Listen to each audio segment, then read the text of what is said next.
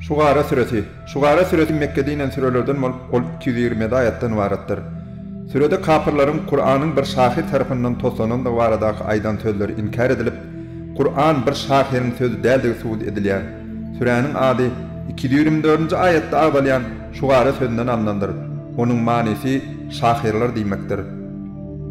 Rahman ve Rahim olan Allah'ın adı bilen Ta, Sin, Mim bular eşkar indirilen kitabın ayetleridir. Sen göye olar iman getirmeýärler diýip özüňi helak edecek bolýarsın. Biz eger islesek olaryň üstüne asmandan bir alamat indirer. Şonu olar dessine oňa boyunmalarlar. Özlerine her gedek Rahman Allah tarapyndan täze öwüt gelse hökmen ondan yüze urýarlar. Olar haky yalan hasapladylar. Olara özleriniň ýansa alýan zatlar barada habarlar tiz geler. Olar yerin yüzüne nazar aylamadylarmy? Biz ol yerde her görünüşden ençeme peýdaly ösümlikler bitirdik. Taqiq munna awrat bardyr, emma olaryň köpsi iman getirmeýärler. Taqiq seniň perwerdigaryň gudraty güýçlidir, rahim şefaatlidir. Perwerdigaryň Musa zalim bolan Firgawnyň kowmuna tarap git. Olar Allah'dan gorkmaýarlarmy diýip ýülenipdi. Musa, ey perwerdigarym, olar meni inkar ederler diýip gorkýaryn. Gursagym darýar, dilim peltekleýär. Harun hem maňa kömekçi edip ber. Meniň olaryň ýanynda günäm bar. Şol sebäpli hem olar meni öldürerler diýip gorkýaryn diýdi. Allah, ýok beýle bolmaz. Olar seni öldürüp bilmediler. İkiňiz hem mucizalaryňyz bilen derrew gidin. Biz hem siziň ýanyňyzda bolar. Siziň aýdýan zatlaryňyzy dinler. Firgawnyň ýanyna baryp, biz älemleriň perwerdigarynyň ilçileri, İsrail oğullarını bizim bilen goý bermek üçin iýerdik diýin diýdi. Onda Firgawn Musa ýülenip, "Çağa wagtyň seni biz terbiýelemäänmidik we seniň ömrüň bir näçe ýyl bizde geçmälmidi? Sen etjek ýaramat işiňi etdiň, sen gadyr bilmedi ekeniň" diýdi. Musa, "Men ol işi özümi ýitiren pursadım etdim. Sizden hem gorkanym üçin gaçdym. Soň perwerdigarym maňa hikmet bagş etdi we maňa peýgamberlik berdi.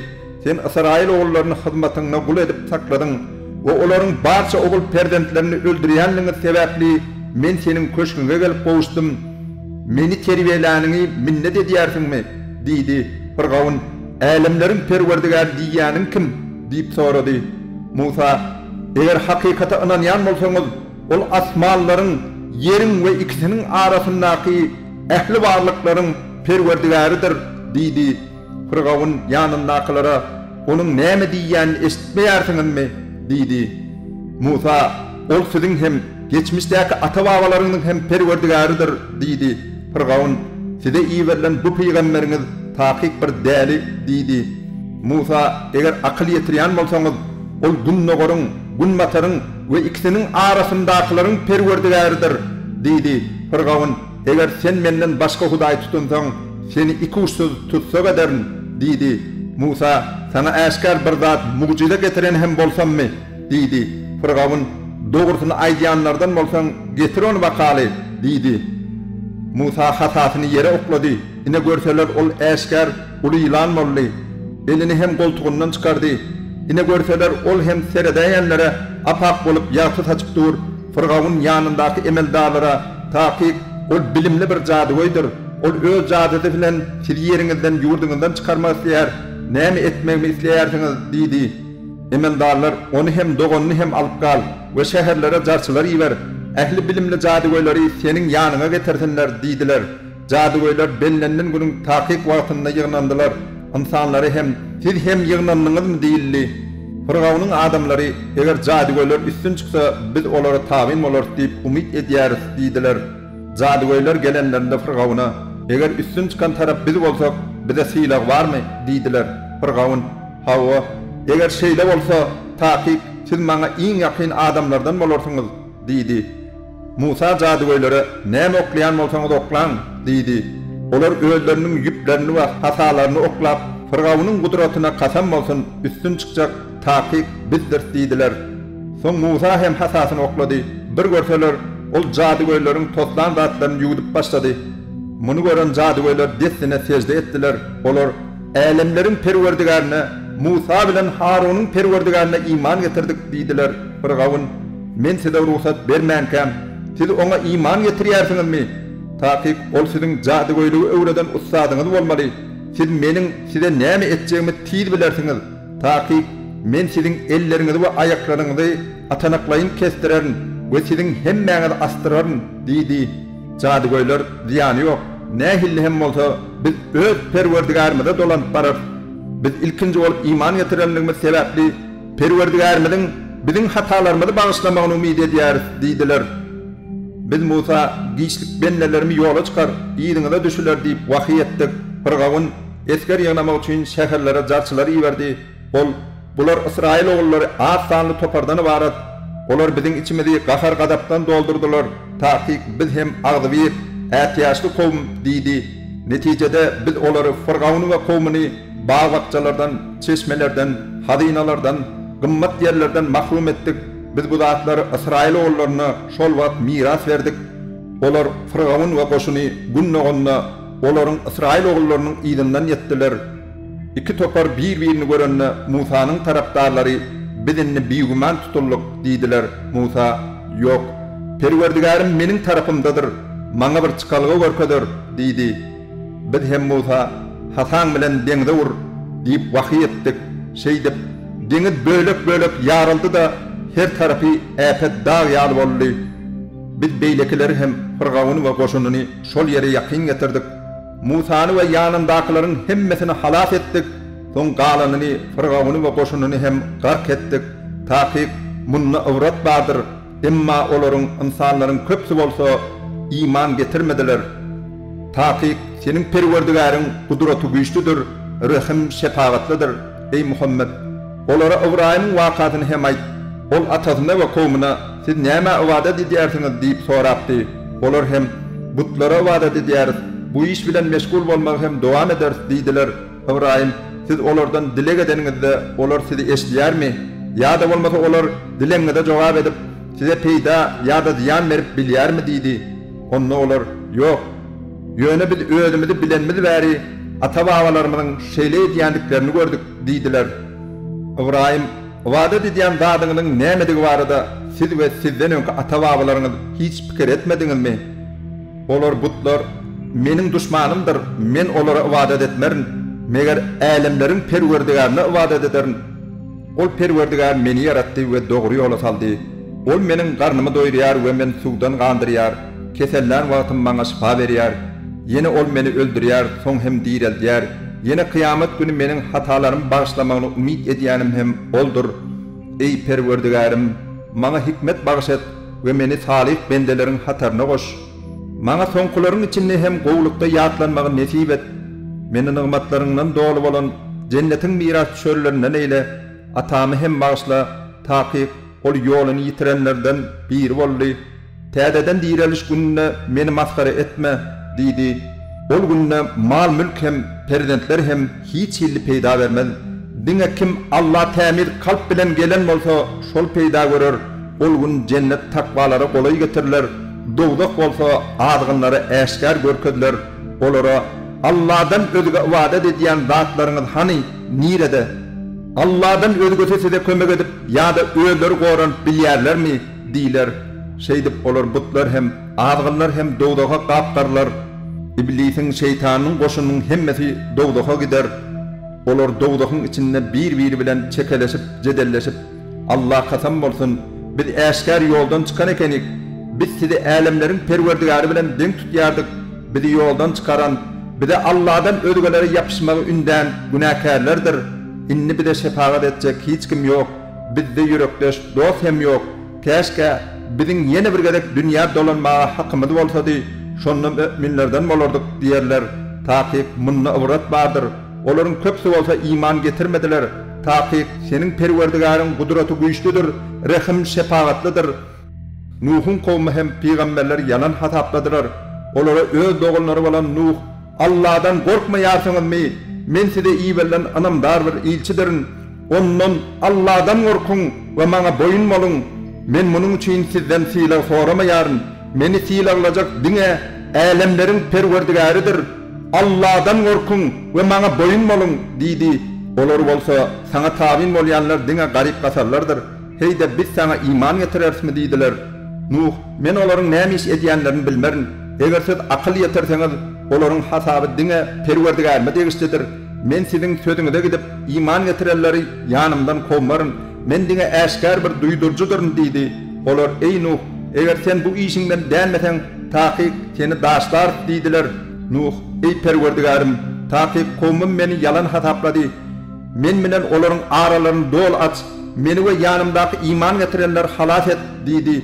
Biz onu we yanımdakylary içi dolu gemide halas etdik. Soň olaryň ýygyna galanlary hem gark etdik. Taýyk munna ibrat bardyr. Olaryň köpsi bolsa iman getirmedi. Taýyk seniň Perwerdigaryň gudraty güýçlidir, rahim şefaatlydyr. At kowmy hem peýgamberleri yalan hatapladylar. Olara öz dogunlary bolan Hud, Allah'dan korkmaýarsyňyzmy? Men size iyi verilen anamdar bir ilçidirin. Onu Allah'dan korkun ve bana boyun bolun. Men bunun için sizden silah soramaýaryn. Meni silahlayacak diňe älemleriň Perwerdigaridir. Bolgusa diýişler bilen meşgul bolup her defa oyun tomaşa üçin bir ýadygarlyk gurýarsyňyzmy? Baky galar söýdüp köşk imaratlar edinýärsiňizmi?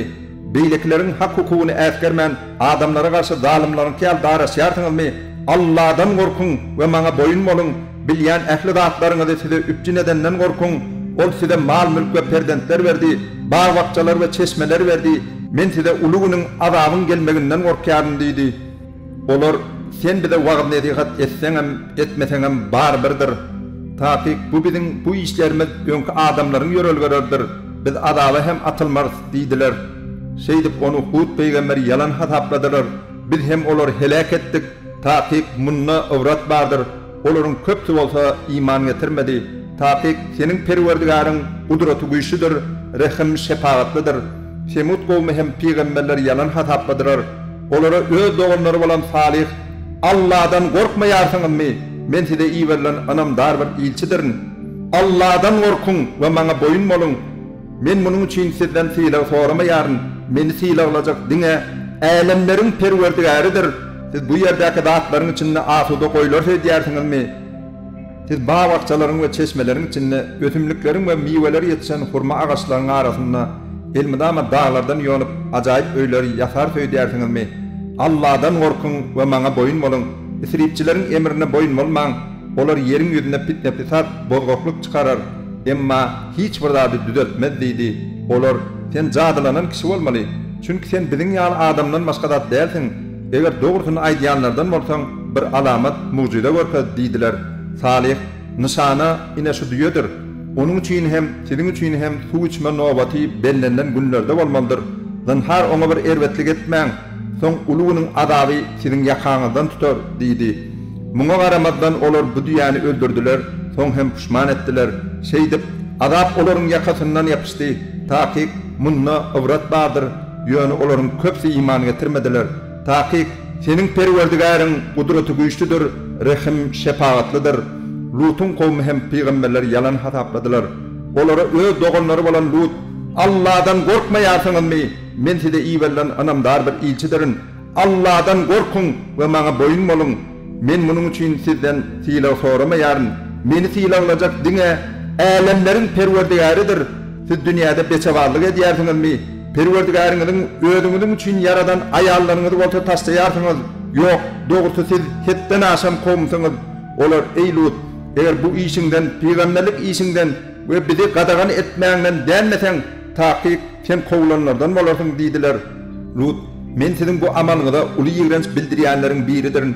Ey Perwerdigarim, meni we maşgalam bularyň edýän bet işinden gora diýdi. Biz onu hem maşgaladyny hem halas etdik. Ýöne diňe ýyzda helak bolanlar bilen galanlaryň içinde barry aýaly Lutyň aýalyny halas etmedik.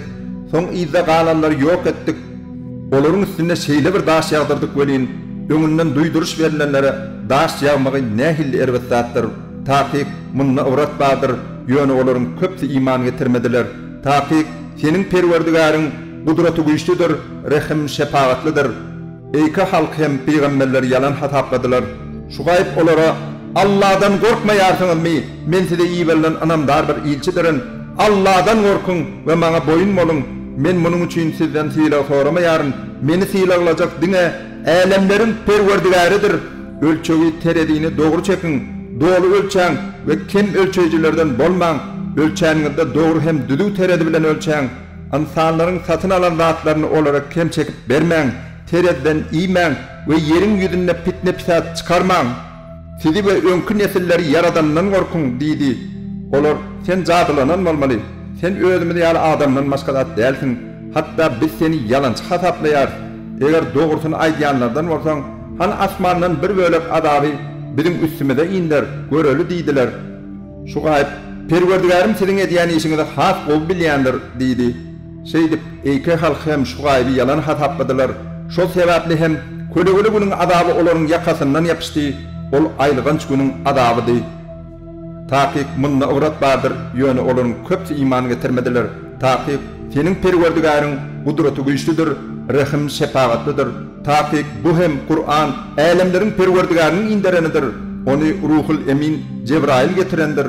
Onu senin kalbyňa duýdurjylardan, peýgamberlerden bolmaň üçin äskär bolan arap dilinde inderendir. Taýyk ol öňkü peýgamberleriň kitaplarynda hem bardyr. Onu İsrail oğullarının alimlerinin bilýän bolmaklary olar üçin bir delil dälmi? Eger biz onu arap dällere inderen bolsadyk, ol hem onu olara okap bersedi, şonda da olar ona iman getirmezdiler. Şeýdip biz onu Kur'any inkar etmekli, günäkärleriň ýüreklerine sallyk. Olar jebir jepaly adaby görýän çäler ona iman getirmediler. Ol adab olara birden duýdansyz gelir. Şonda olar biz pursat berilenlerden bolup bilersmi diýerler. Olar biziň adamyny howlukdalarmy? Nähilli görýärsiň? Eger biz olary ençe ýyllap nymatlardan peýdan almaklaryna mümkinçilik bersek, soň hem özlerine wada berilen azap gelse, olara berilen mümkinçilikleriň heýbir peýdasy bolarmy? Biz peýgamber iýerilmedik, hiç bir ýeri helak eden nädir? Bu bir ýatlatmadyr we biz zalim däldir. Onu Kur'any şeytanlar indermedi. Muny indermäge olar laýyk däl, we olaryň muňa güýçleri hem ýetmez. Taýyk olar wahyny esitmekden daş edildi. Allah'ın ýaly bilen başga hudaý çağırma, ýoksa azap berilenlerden bolarsyň. Ýakyn bolan garyndaşlaryňa duýduruş ber. Özüňe tabi bolan müminlere ganatyny ýaý. Eger sana garşy gelseler, onda sen men siziň edýän işleriňizden daşdyryn, bidardyryň diýip aýt. Gudraty güýçli we rahim şepagatly Allah bilbarla. Ol seni giýje namada durýanyň hem görýändir. Secde edýänleriň arasynda kan secde, ruku we oturup ibadet edişiň hem görýändir. Taýyk ol ähli zady eşitýändir, bilýändir. Size şeytanlaryň kimlere inýändiklerini habar bereýinmi? Olar şeytanlar tökmetçi günäkär bolanlaryň hemmesine inerler. Bular şeytanlara gulak asarlar we köpsi hem yalançydyrlar. Şahirlere olsa ýoldan çykanlar tabin bolarlar. Eýsem sen olaryň her dereden meselede aýlanyp ýörendiklerini, özleriniň etmedik işlerini aýdýandyklaryny görmediňmi? Emma iman getirip ýaxşy işler edenler we Allah'yny köp ýatlayanlar, şeýlede özlerine zulüm edilenden soň üstün çıkan şahirler beýle däldir. Zulüm sütemedenler tiz wagtda nähili pelle barıp ýetjekdiklerini görerler.